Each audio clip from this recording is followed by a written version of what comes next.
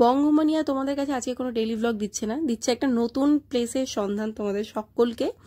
রবিবার ছিল আর আমরা বিকেলবেলা হঠাৎই ঘুরতে বেরিয়েছি 8টা সাড়ে 8টা নাগাদ। আর অলিশা বললো যে কোথাও যাওয়া যাক, একটু মোমো খাবো। এবার মোটামুটি আমরা শিলিগুড়ির লোকের আমরা মোমো খাবো মানে শুভাঙ্গে যাই বা ডিমিকে যাই, কিন্তু এত ভিড় ছিল তো আমরা নতুন একটা জায়গা এক্সপ্লোর করলাম। তো ভাবলাম ট্রাই করেই দেখি কেমন না কেমন হবে।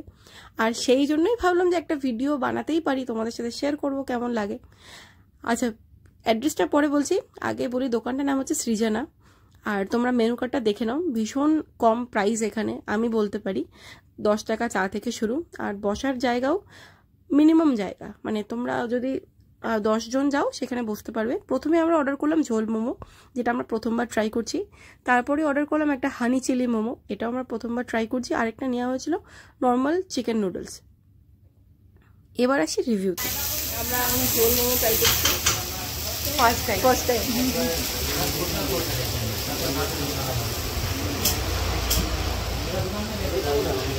জানি না কেমন হবে,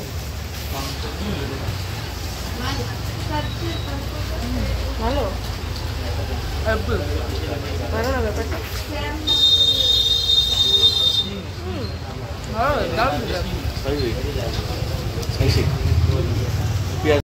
এর আগে আমাদের দুজনের কাছে ঝোল মোমোর ধারণা ছিল হচ্ছে স্যুপের মধ্যে হয়তো মোমো দিয়ে দিবে, কিন্তু এটা ট্রাই করে আমাদের মোটামুটি ভালোই লেগেছে। আমরা 10-এর মধ্যে এটাকে 8 নাম্বার দিতেই পারি। তারপর ট্রাই করলাম আমরা হানি চিলি মোমো, এটা জাস্ট টু গুড ছিল, মানে এটার কোনো তুলনা করতে পারবো না, এটা 10 on 10 ছিল।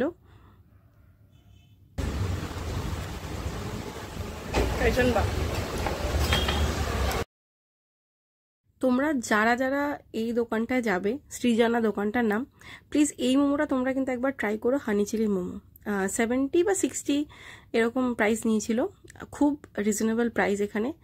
আর সত্যি কথা বলতে হাজব্যান্ড ওয়াইফ ওনারা দোকানটা চালায়, কিন্তু এত পরিষ্কার আর এত সুন্দর খাবারগুলো খেতে মানে বলার বাইরে।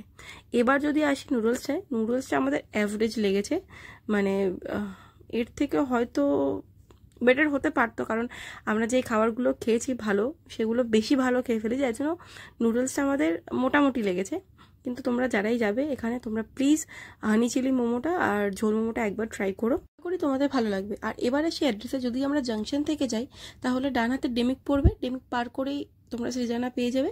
আর যদি চম্পাশাড়ি থেকে আসি তাহলে হচ্ছে বাঁ হাতে পড়বে হচ্ছে শুভাং, শুভাং পার করে বাঁ হাতে তোমরা সৃজনা পেয়ে যাবে। নতুন কিছু ট্রাই করে কেমন লাগলো?